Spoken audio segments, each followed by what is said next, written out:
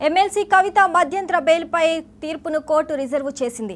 సోమవారం తీర్పు వెల్లడిస్తామని rows avenue court తెలిపింది.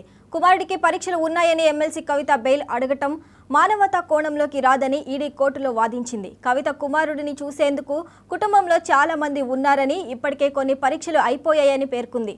ఇరువైపుల వాదనలు ముగియడంతో కోర్టు తీర్పును రిజర్వ్ చేసింది.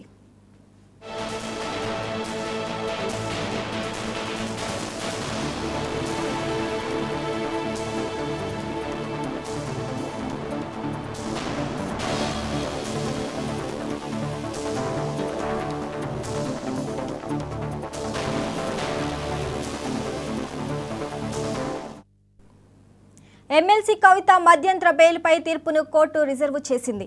సోమవారం తీర్పు వెల్లడిస్తామని రౌస్ ఎవెన్యూ కోర్టు తెలిపింది. కుమారుడికి పరీక్షలు ఉన్నాయని ఎమ్మెల్సీ కవిత బెయిల్ అడగటం మానవతా కోణంలోకి రాదని ఈడీ కోర్టులో వాదించింది. కవిత కుమారుడిని చూసుకునేందుకు కుటుంబంలో చాలా మంది ఉన్నారని, ఇప్పటికే కొన్ని పరీక్షలు అయిపోయాయని పేర్కొంది. ఇరువైపుల వాదనలు ముగియడంతో కోర్టు తీర్పును రిజర్వ్ చేసింది.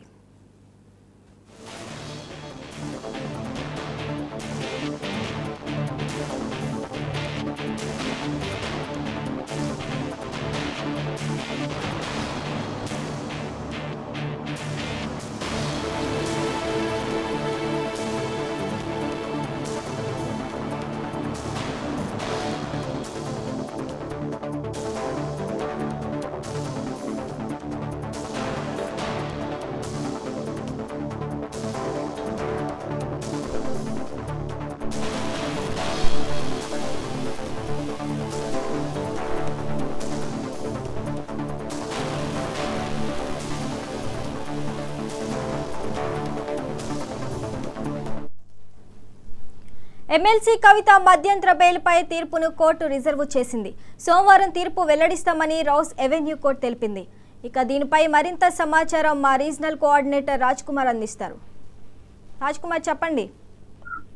శ్రావణి, ఏదైతే మద్యం లిక్కర్ కుంభకోణంలో ఉన్నటువంటి జైల్లో ఉన్నటువంటి కవిత బెయిల్ పిటిషన్ పై కూడా మధ్యంతర బెయిల్ అంటే తన కొడుకుకి పరీక్షలు ఉన్న నేపథ్యంలో తనకు బెయిల్ ఇవ్వాలని కూడా కోర్టును కోరడం జరిగింది. ఈ యొక్క దీని మధ్య కూడా అంటే ఏదైతే ఈడీ కూడా గట్టిగానే వాదించింది. ఆల్రెడీ ఇప్పటికే కుమారుని పరీక్షలు దాదాపు కొన్ని అయిపోయాయి, ఇప్పుడు ఇవ్వాల్సిన అవసరం లేదని కూడా ఈడీ కోర్టుకు వాదించడం జరిగింది. దానికి సంబంధించి ఇప్పటికే కవిత మధ్యంతర కోర్టు పిటిషన్ కూడా ఈ రోజు వాదనలు ముగిశాయి. ఈ వాదనలు కూడా రౌస్ అవెన్యూ కోర్టు సోమవారం తీర్పు వెల్లడిస్తామని కూడా రౌస్ అవెన్యూ కోర్టు తెలపడం జరిగింది.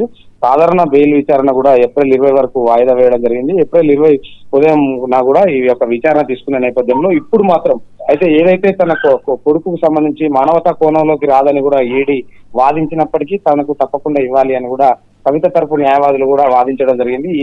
ఇరువురి కూడా వాదనలు విన్న కోర్టు రౌస్ అవెన్యూ కోర్టు సోమవారానికి మాత్రం వాయిదా వేయడం జరిగింది. Okay Raj Kumar, thank you.